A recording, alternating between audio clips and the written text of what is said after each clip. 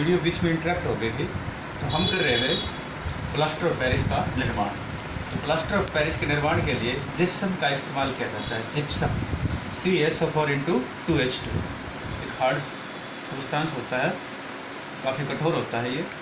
तो जब CaSO4 2H2 को जिप्सम को 373 केल्विन पर लगभग 100 डिग्री सेल्सियस पर जब गर्म किया जाता है तो CaSO4 प्लस 1.5 H2, तो इसमें से 1.5 अणु जल के निकल जाते हैं और CaSO4 में सिर्फ आधा अणु बच जाता है, जो बन जाता है हमारे पास POP, plaster of Paris, CaSO4 H2।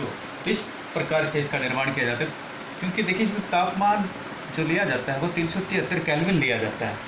अब 373 केल्विन तापमान इसलिए लिया जाता है क्योंकि अगर इससे ज़्यादा तापमान हो जाता है, टेम्परेचर बढ़ जाता है, तो इसमें से दोनों जो 2 अणु जल के हैं जिप्सम में, दोनों ही निकल जाएंगे। तो हमारे पास सिर्फ कैल्शियम सल्फेट बनेगा, POP नहीं बनेगा। तो इसलिए तापमान यहाँ पर सिर्फ 373 केल्विन पर ही रखा जाता है, ताकि हमारे पास POP का निर्माण हो सके, न कि कैल्शियम सल्फेट का।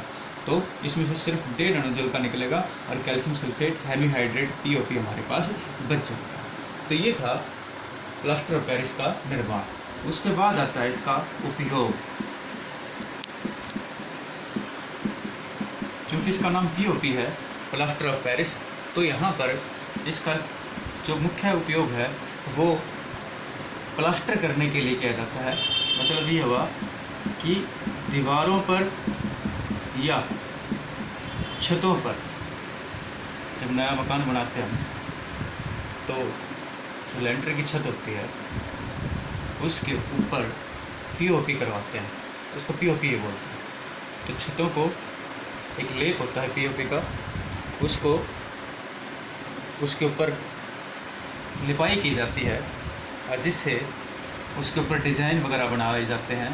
तो इसी प्रकार से दीवारों के ऊपर भी POP मिल के उस पर डिज़ाइन वगैरह बनाए जाते हैं। तो ये प्रथम इसका उपयोग है दीवार और छतों को चिकना बनाने के लिए और उनके ऊपर डिज़ाइन वगैरह बनाने के लिए। नंबर 2, इसका उपयोग किया जाता है मूर्तियाँ वगैरह बनाने के लिए, स्टैचू वगैरह बनाने के लिए POP का इस्तेमाल किया जाता है। खिलौने वगैरह बनाने के लिए, तो जो चाक की तरह दिखने वाले मूर्तियाँ होती हैं, खिलौने होते हैं, वो किसके बनाए जाते हैं? POP के बनाए जाते हैं। अब नंबर 3 इसका उपयोग किया जाता है जो वायुरोधी बर्तनों के अंदर कहीं भी लीकेज हो जाती है तो उसकी लीकेज को बंद करने के लिए, उन्हें वायुरोधी बनाने के लिए थोड़ा सा लेप है वो POP का कर दिया जाता है, वहाँ पर भी इसका इस्तेमाल किया जाता है। नंबर 4,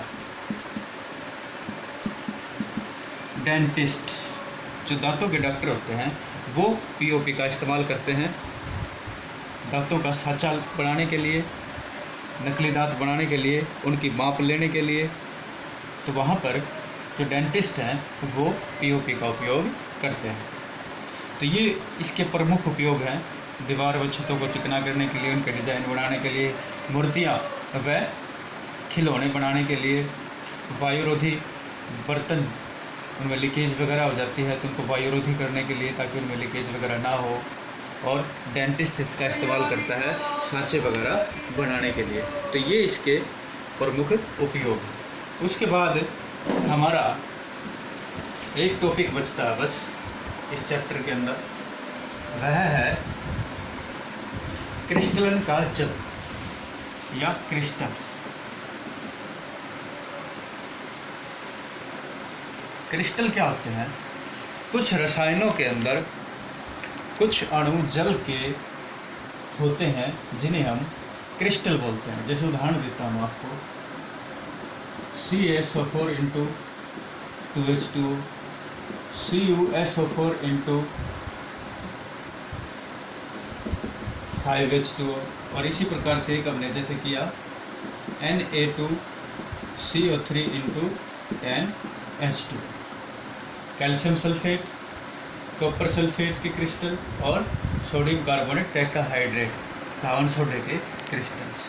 तो इनके अंदर क्या होता है? जल के कुछ अणु इन रसायनों के अंदर विद्यमान होते हैं तो इन्हें हम क्रिस्टल कहते हैं। इसमें एक टॉपिक होता है क्रिस्टलन का जल।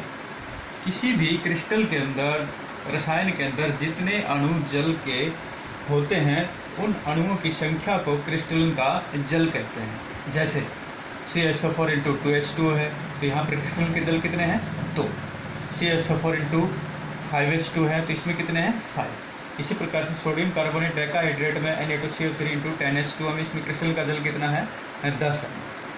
तो यह होता है क्रिस्टलन का जल। तो इसमें किसकी संख्या? जल के अणुओं की संख्या होती है जो भी क्रिस्टलों के अंदर विद्यमान होती है। देखिए एक उदाहरण हमने लिखा था CaSO4 × 5H2O। CuSO4 × 5H2O ये कॉपर सल्फेट है। जो कॉपर सल्फेट के क्रिस्टल होते हैं,